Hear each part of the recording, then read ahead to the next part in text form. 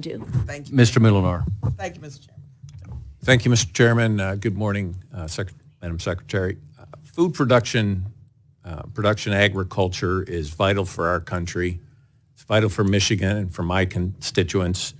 You talked about earlier about the economic engine, small businesses.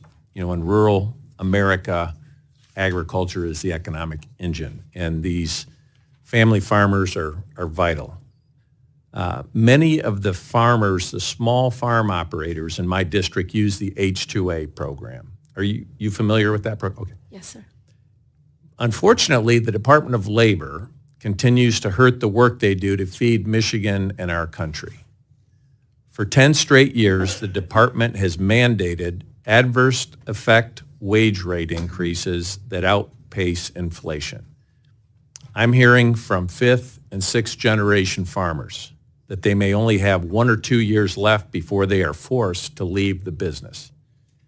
Even H-2A workers are concerned about the increases because they know their job will be lost if the farm goes out of business.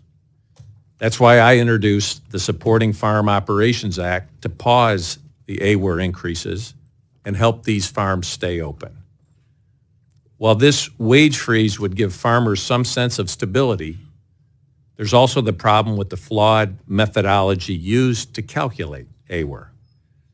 Madam Secretary, I noticed in your remarks you didn't mention meeting with small farm operators.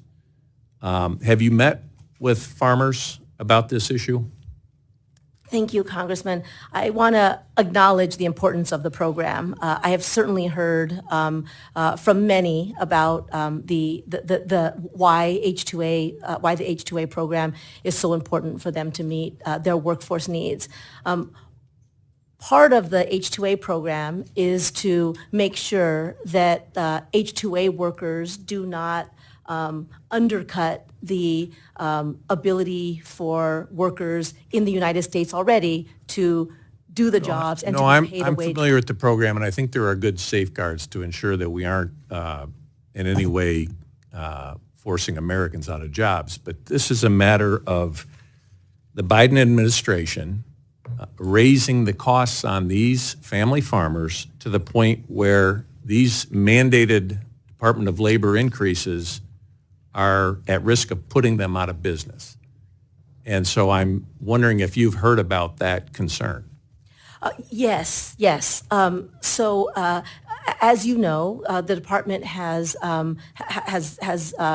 completed a rule on that, and so as with all of our rules, we invite, seek out, and take input. So yes, I mean it is a space in which, as you say, we both need to help employers meet their workforce needs, and we need to ensure that the safeguards are in place. Thank you, Madam Secretary, but I guess my question is, there are negative consequences to that rule, forcing family farms out of business.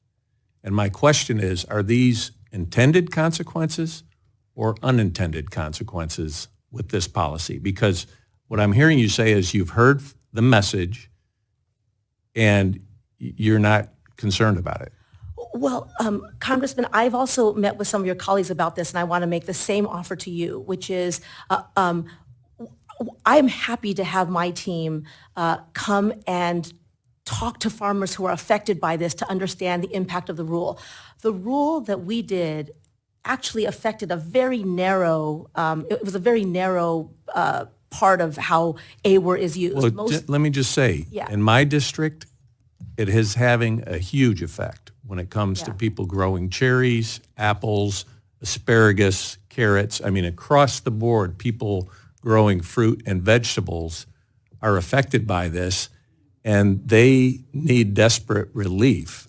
I guess the question is, could you actually on your own pause this increase to give them some time to get back on their feet?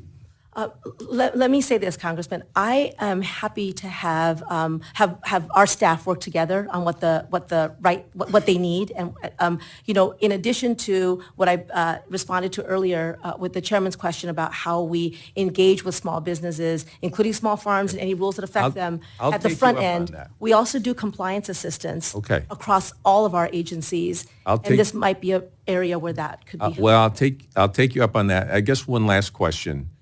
Secretary Vilsack claimed that the Farm Labor Survey is an accurate and appropriate vehicle to set the AWAR. Your own Bureau of Labor Statistics data show that in Michigan, the general farm worker wage is $2 less than the Farm Labor Survey rate. How do you explain setting the AWAR based on the agriculture, the Farm Labor Survey, when your own data show that it's $2 left? Well, so Congressman, I have tremendous respect, obviously, for my colleague, Secretary Vilsack, and it is true that our AWAR is based on their survey. My understanding of how H-2A, the H-2A guardrails is that we have to ensure that an H-2A wage is not less than, not just the AWAR, but other, the prevailing wage, a collective bargained wage. There are, the federal minimum wage. So it's the highest of those things. Mr. Chairman, just one last question. Yeah, real quick. All right. Well, just so you're aware, in Michigan, it's $18.50 an hour, which is vastly above any of the rates you were talking about. Often housing is provided and transportation is provided. So in my view, that far exceeds anything that you're comparing it to. I'm very happy to follow up with you on this, Congressman. Thank you. Mr. Pocan. Thank you,